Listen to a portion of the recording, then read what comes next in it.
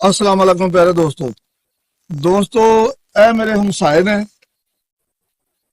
ਤੇ ਇੱਕ ਹਮਸਾਏ ਉਹ ਸਾਈਡ ਤੇ ਨੇ ਇੱਕ ਹਮਸਾਏ ਉਹ ਸਾਈਡ ਤੇ ਨੇ ਤੇ ਇੱਕ ਹਮਸਾਏ ਆ ਸਾਈਡ ਤੇ ਨੇ ਤੇ 6 ਸਾਲ ਹੋ ਗਏ ਨੇ ਮੈਨੂੰ ਇੱਥੇ ਰਹਿੰਦਿਆਂ ਤੇ 6 ਸਾਲਾਂ ਦੇ ਵਿੱਚ ਜਦੋਂ ਮੈਂ ਸਵੇਰ ਨਿਕਲਣਾ ਨਾ ਬਾਹਰ ਤੇ ਇਹਨਾਂ ਨਾਲ ਮੇਰੀ ਮੁਲਾਕਾਤ ਹੁੰਦੀ ਹੈ ਤੇ ਹੁਣ 3 ਸਾਲ ਤੋਂ ਹੋ ਗਏ ਨੇ ਮੇਰਾ ਬੇਟਾ ਸਕੂਲੇ ਜਾ ਰਿਹਾ ਤੇ ਸਵੇਰ ਇਹਨਾਂ ਨਾਲ ਮੁਲਾਕਾਤ ਹੁੰਦੀ ਹੈ ਤੇ ਹਰ ਰੋਜ਼ ਮੈਨੂੰ ਗੁੱਡ ਮਾਰਨਿੰਗ ਤੇ ਮੇਰੇ ਬੇਟੇ ਨਾਲ ਪਿਆਰ ਕਰਦੇ ਨੇ ਅਗਰ ਮੇਰੀ ਗੱਡੀ ਇਹਨਾਂ ਤੋਂ ਮਾੜੀ ਹੈ ਤੇ ਮੇਰੀ ਗੱਡੀ ਦੀ ਤਾਰੀਫ ਕਰੀ ਜਾਣਗੇ ਫਿਰ ਮੈਂ ਗਾਰਡਨ 'ਚ ਕਦੇ ਬਾਰਬੀਕਿਊ ਕਰਨਾ ਤੇ ਮਸਕੇ ਗਾਰਡਨ ਤੇ ਸਮੈਲ ਜਾਂਦੀ ਇਹਨਾਂ ਘਰ ਤੇ ਕਹਿਣਗੇ ਕਿ you got a nice food ਮੇਰੇ ਖਾਣੇ ਦੀ ਤਾਰੀਫ ਕਰੀ ਜਾਂਦੇ ਨੇ ਗੱਲ ਕਰਨ ਦਾ ਮਤਲਬ ਹੈ 6 ਸਾਲਾਂ ਦੇ ਵਿੱਚ ਇਹਨਾਂ ਮੈਨੂੰ ਖੁਸ਼ੀ ਦਿੱਤੀ ਹੈ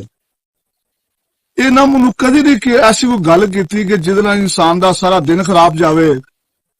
ਇਹ ਖੁਸ਼ੀਆਂ ਹੀ ਵੰਡਦੇ ਨੇ ਇਹ ਜਿਹੜੇ ਦੋਵੇਂ ਹਮਸਾਏ ਨੇ ਇਹਨਾਂ ਨੂੰ ਪਤਾ ਕਿ ਹਮਸਾਇਆਂ ਦੇ ਹਕੂਕ ਕੀ ਨੇ ਇਨਸਾਨੀਅਤ ਕੀ ਹੈ ਇਹਨਾਂ ਕਦੇ ਕੋਈ ਐਸੀ ਗੱਲ ਐਸੀ ਬਾਤ ਐਸੀ ਚੀਜ਼ ਨਹੀਂ ਮੈਂ ਵੇਖੀ ਜਿਹੜੀ ਕਿ ਮੈਂ ਕਿ ਇਹਨਾਂ ਦੀ ਗੱਲ ਤੋਂ ਅਪਸੈਟ ਹੋਇਆ ਹਾਂ ਜਾਂ ਪਰੇਸ਼ਾਨ ਹੋਇਆ ਹਾਂ ਤੇ ਫਿਰ ਮੈਂ ਸੋਚਣ ਦਾ ਜੇ ਮਜਬੂਰ ਹੋ ਕੇ ਵੀਡੀਓ ਬਣਾਉਣ ਤੇ ਮਜਬੂਰ ਹੋ ਗਿਆ ਮੈਂ ਕਿਹਾ ਯਾਰ ਅਸੀਂ ਪਾਕਿਸਤਾਨ ਦੇ ਵਿੱਚ ਆਪਣੇ ਭੈਣਾਂ ਭਰਾਵਾਂ ਨਾਲ ਰਿਸ਼ਤੇਦਾਰਾਂ ਦੇ ਨਾਲ ਅਸੀਂ ਉਹ ਰਿਸ਼ਤਾ ਨਹੀਂ ਬਣਾ ਸਕੇ ਜਿਹੜੇ ਮੈਂ ਹਮਸਾਇਆਂ ਨਾਲ ਬਣਾ ਲਏ ਨੇ ਅਸੀਂ ਆਪਣੇ ਭੈਣਾਂ ਭਰਾਵਾਂ ਨੂੰ ਖੂਨ ਦਿੰਨੇ ਆ ਪੈਸੇ ਦਿੰਨੇ ਆ ਧੀਆਂ ਪੁੱਤਰਾਂ ਦੇ ਰਿਸ਼ਤੇ ਦਿੰਨੇ ਆ ਪ੍ਰਾਪਰਟੀਆਂ ਜਵਾੜ ਦਿੰਨੇ ਆ ਪਰ ਅਸੀਂ ਉਹਨਾਂ ਨਾਲ ਇਵੇਂ ਦੇ ਰਿਸ਼ਤੇ ਨਹੀਂ ਬਣਾ ਸਕੇ ਬੇਲੌਸ ਰਿਸ਼ਤੇ ਜਿਹੜੇ ਇਹਨਾਂ ਨਾਲ ਬਣ ਗਏ ਸਾਡੇ ਦਾਇਰੇ ਗੈਰ ਦੇ ਵਿੱਚ ਪ੍ਰਦੇਸ਼ ਦੇ ਵਿੱਚ ਅਸੀਂ ਇਹਨਾਂ ਨਾਲ ਜਿਹੜੇ ਰਿਸ਼ਤੇ ਬਣਾ ਲੈਣੇ ਅਸੀਂ ਨਹੀਂ ਬਣਾ ਸਕੇ ਆਪਣੇ ਭੈਣਾਂ ਭਰਾਵਾਂ ਨਾਲ ਪਾਕਿਸਤਾਨ 'ਚ ਉਹਨਾਂ ਕੋਲ ਜਦੋਂ ਗੱਲ ਸੁਣੀ ਹੈ ਐਸੀ ਸੁਣੀ ਹੈ ਕਿ ਅੱਗ ਲਾਉਣ ਵਾਲੀ ਲੜਾਈ ਕਰਨ ਵਾਲੀ ਫਸਾਦ ਵਾਲੀ ਮਾਯੂਸ ਹੋਣ ਵਾਲੀ